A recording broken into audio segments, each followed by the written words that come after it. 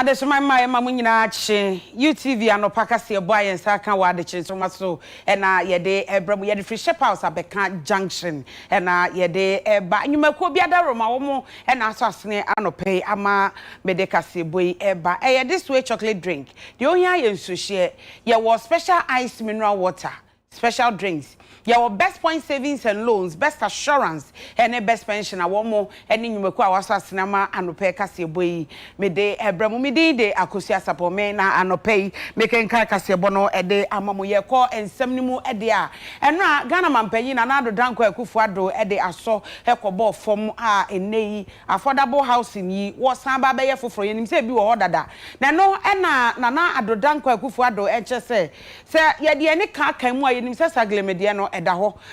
Ghana for akasa titu ni omo munya baabi mponna na ye kire se adan nanu no omo fasika no nkọ na nkọ omo nkonko wie eno na do kire se ye hwe saglemedie no na se wo mu etu anamon e wo ho se ye akim sika omo de bekọ akọhyem no oman ne beboka eno nti na wo mu ehwe ye e de to nsane ani no hu ni se sika yi a wo mu anyan se omo kasa omo de no ekọ akọye de wo amasama no a eno mom bebo asense wo de sika bekọ akọhye saglemedie nim na oman no aboka. Government recognizes the fundamental role that housing plays in promoting social cohesion, economic growth, and the overall well-being of Ghanaians. Today, I stand before you with a deep sense of responsibility to ensure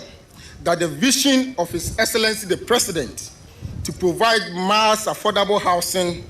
to our people becomes a reality. As we break ground for this historic project, I'm also reminded by his words to me prior to my appointment as Minister for Works and Housing that I ensure we provide mass affordable housing for the people of Ghana. The Cabinet directed the resourceful Minister for Works and Housing, the Honorable Francis Asensu-Boakye, Member of Parliament for Bantama, quote, to explore the possibility of disposing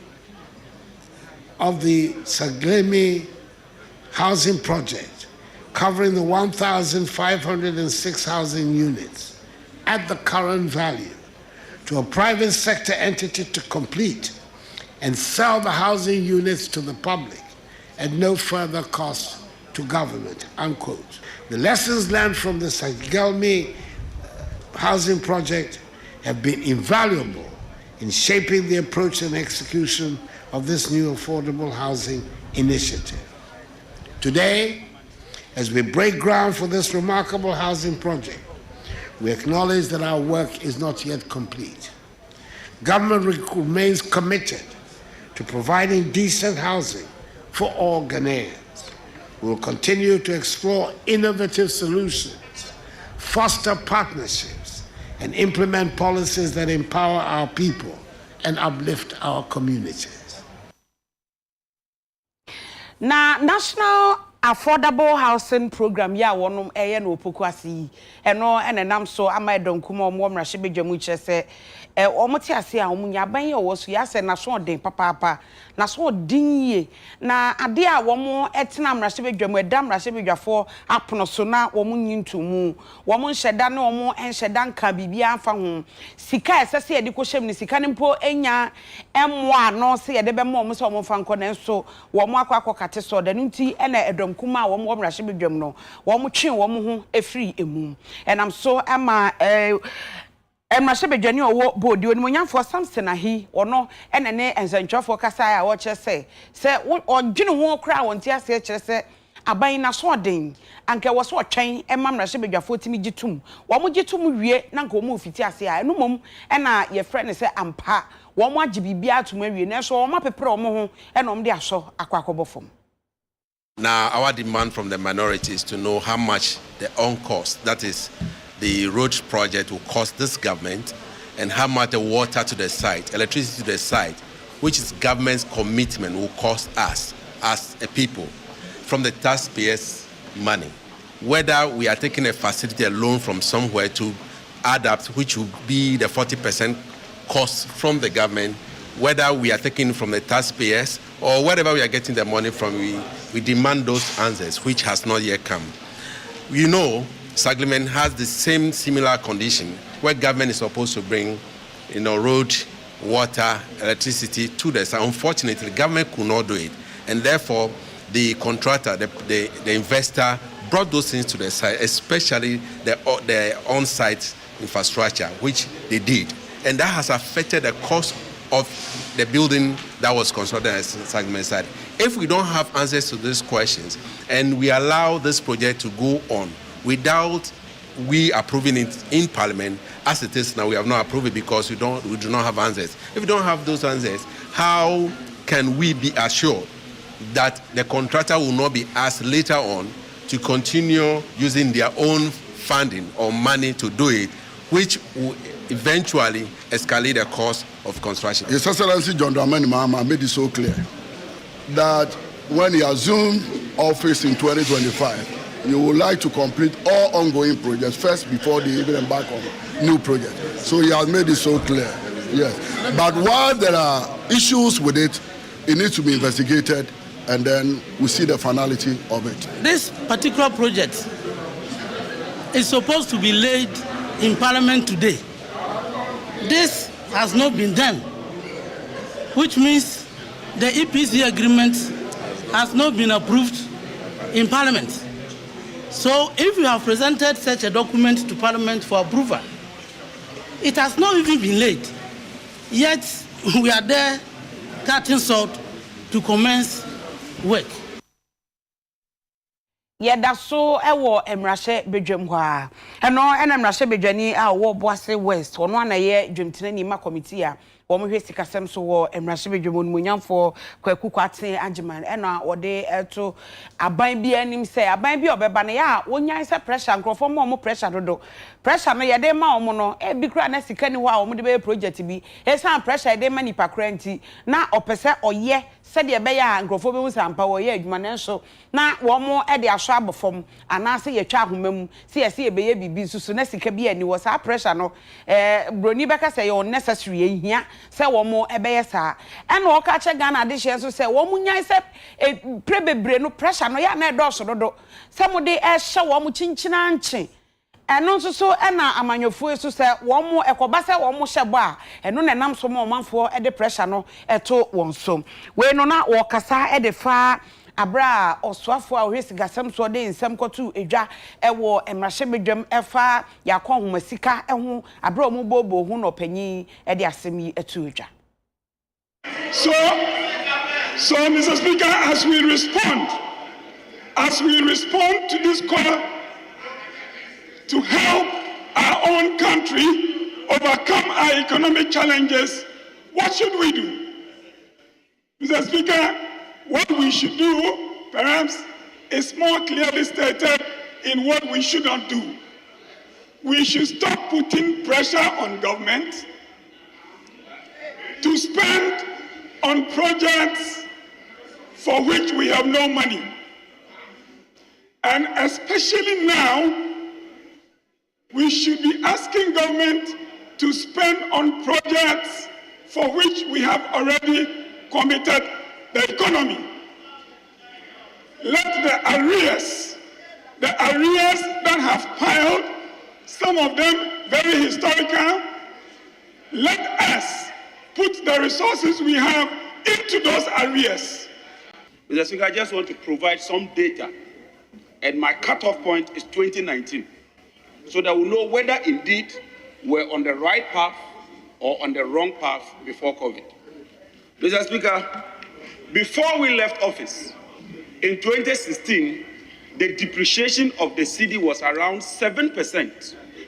In 2019, the cedi depreciated by about 13%. Hey, double. This is a fact, it's in the budget. 95%. Debt to GDP ratio was about 56%. By 2019, it had ballooned to 63%. The deficit had increased, that's the overall deficit, to 7%. Credit to private sector had reduced to about 4%. the construction sector was in the negative. Gross fixed capital formation, and that is the basic issue when it comes to economic development. If you don't increase the capital base of your economy and you spend so much on goods and services, you are going to witness a downturn when you face headwinds. Ghana Ace Commissioner Bunkonta na womo nkontabuo wo afimpino ne aduonu mienu no e kyese se ubankran mantem ha sei ne asante mantem a womo pa na ye ka wonu anya HIV AIDS no a e kosoro pa na womo Bunkonta ewie ye na nkran mantem ha sei de no e na wo kyese wo hwe womo a womu nya yade ni bia na womo ye empem aduowotwe num ahanan ene miensa 85,403 afi yakọ asante mantem omotosu mienu no a empem aduoso mienu ahanan ne aduonu enkono 72,429 eno ena ye Ghana adehye a won wa asante mantem a womunya HIV yade ni bi de na ehwapa no eye Northeast region ewo atifido mantem eno eye apem ahanson ene ahanson ne aduanan miensa nti 1,743 ena wonum enyaye na ni nyina mu no wo se ye keka bom ne ehwe a nipa bese empema hasa aduonum nan ahankron ne aduonu enson 354,927 eno ena ye adehye a wonum wo manmu a womunya HIV AIDS yade no na eno no eya afimpino ne aduonu mienu die yi infections nko ade no eye 16,574 empim dunsia hanum ene aduoson enan ena Ghana AIDS Commission watch say 2022 national and subnational HIV and HIV estimated projection a womo eye ho report de baye eno no we foforo a ebekire yachemu nine do say was to boy was obia ube pick baako na wakotua a kyese we MPP ni no yachemu nine your bronze de eno no wetua 2 cities busumi bia ene your silver enso so de eno wetua 5 cities busumi bia gold and so ho and so betua 8 cities bosumi bia na platinum category and also betua 10 cities bosumi bia nti we no enye nhye wa nkasa na abehwe mu na wahwe ba bia wa hoden ewo ene mfa HIV no eye beye empem ahasa ene aduonum enum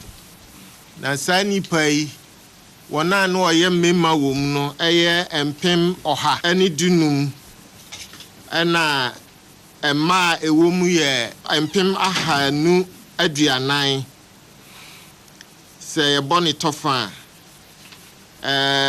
emun kwala na eye 24,712 ena mpanifo wona wadi emfie dunum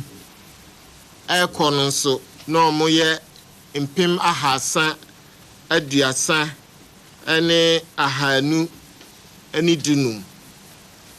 na 2022 numu no nipa enya HIV foforo a ekirese 2021 no sa nipa no mu ni HIV na emom yewura 2022 mu no ena onya HIV sa nipa no eye empem dunsia ahenum adioson enan emu mema na eye empem num ahensia aduanan enson ena ma ewomu ye empem du ahankron aduonun son